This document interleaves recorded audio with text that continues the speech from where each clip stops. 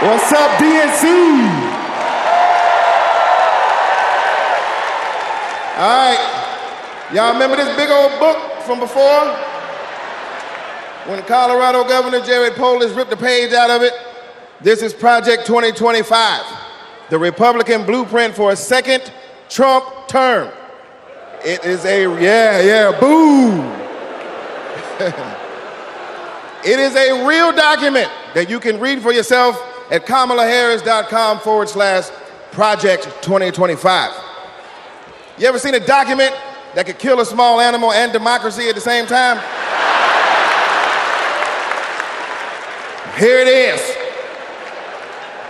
You know how when you download an app and there are hundreds of pages there that you don't read, it's just the terms and conditions, and you just click agree, right? Well, these are the terms and conditions of a second Trump presidency. You vote for him, you vote for all of this. Let's take a look. All right, do we got Matt here with us tonight? Is Matt here? Hey, there he is. Matt, how are you, sir? All right, Matt. Now, Matt, I understand that you work as an AV tech in Nevada, and you make a decent hourly wage, is that right? Oh, I don't know if we can hear Matt. Can we hear Matt? So who's gonna fix it? Keep speaking, Matt, till we can hear you. Okay, that's good. I guess we're gonna move on from Matt. And this is Becky. Becky, can we hear you? Hi, Keenan. It's great to be here. Thank you. All right, good. Now, Becky, you're married, correct? I am. Me and my wife have been together for about 8 years. Oh, that's amazing. Very, very cute. Thanks. But I have got some bad news for you. I hate that. On page 584, Project 2025 calls for the elimination of protections for LGBTQ plus Americans.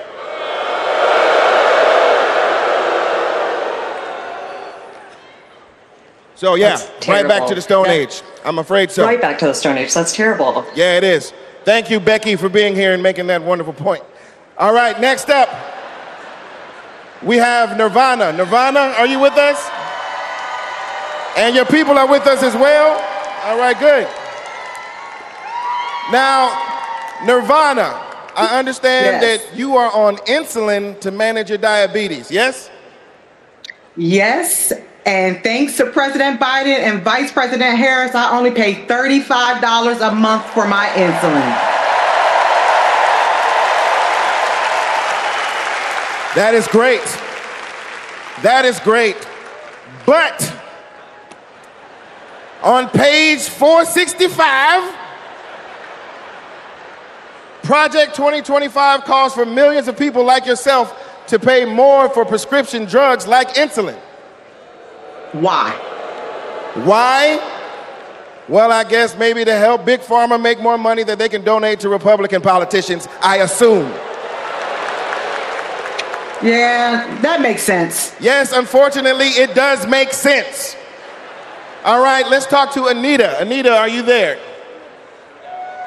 Yes. Hello, Anita. Hello. And Anita, what do you do for a living? I'm an OBGYN who delivers babies and does surgery. An OBGYN. She is an OBGYN that delivers babies. Uh-oh. Uh-oh, yeah. It's bad news, isn't it? It sure is. On page 459, Project 2025 resurrects a law from the 1800s called the Comstock Act to ban abortion nationwide and throw healthcare providers in jail. Oh my God, that is awful. Yes, it is awful. All right, let's do one more. Is Sharia with us? Sharia, are you there? Hey, Keenan, I'm here. Yes, Sharia, I love it. All right, let's talk to you. I understand that you work for the federal government? Yes, sir. I'm in the United States Department of Education. I'm a proud civil servant and a proud union president. She works for the Department of Education and she's a proud civil servant. Well, unfortunately for you, on page 78, Project 2025 calls for President Trump to purge the civil service of everyone who isn't a MAGA loyalist. Are you a MAGA loyalist? Now, Keenan, absolutely not. I'm just asking. I mean, you might as well be, because also page 319 calls for the complete elimination of the Department of Education. There's a bunch of stuff in here, but that's all we have time for at the moment. Just remember, everything that we just talked about is very real. It is in this book. You can read it online at kamalaharris.com/Project 2025. And most importantly, you can stop it from ever happening by electing Kamala Harris as the next president of the United States. Evening, everyone. Hello. Hello and welcome. Welcome to the third night of the Democratic National Convention. My name is Mindy Kaling. Thank you. For those of you who don't know me, I am an incredibly famous Gen Z actress who you might recognize from The Office. Thank you, The Mindy Project. Or as the woman who courageously outed Kamala Harris as Indian in an Instagram cooking video. Yes, you're welcome. I am so proud to be here supporting my friend. But the real reason I am here is that deep down, I truly believe that as a woman of color and as a single mother of 3, it is incredibly important that I be appointed ambassador to Italy. That's how this works, right? That's like why I'm here. I've never been, I'm dying to go. And guys, I just really need a break. I know it's not the priority tonight, but just think about it. I am actually here because I have known the Vice President for a long time, and I want to tell you a story about one of the first times I ever met her. She wasn't Madam Vice President then. She was my senator, and we were filming a video where she came to my home to cook dosas, a South Indian dish. Yes, it's not every day that a senator comes over, and I was pretty nervous. But when she arrived, we immediately hit it off. We talked about the love we have for our moms, who had both passed away from cancer. Both of our mothers were immigrants from India who came to America and committed their lives to serving others. My mother, Swati, became an OBGYN. Thank you.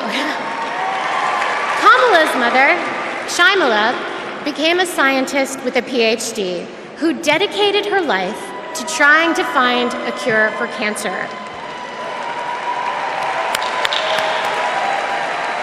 And after speaking to Kamala, it was clear to me that Shaimala had passed down the same optimism and fearlessness to her daughter.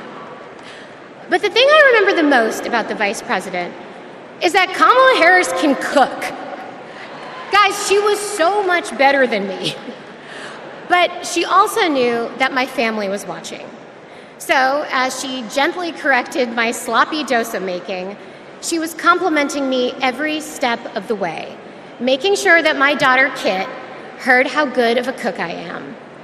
She had no desire to be seen as better than anyone else. She just wanted my kid to be impressed with her mom.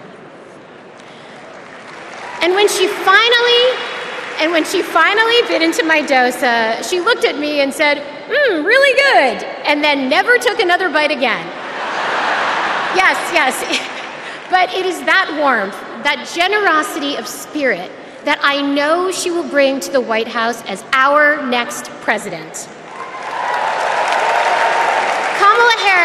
cares deeply about other people. She will fight to protect our freedoms because those are the values that her mother passed down to her.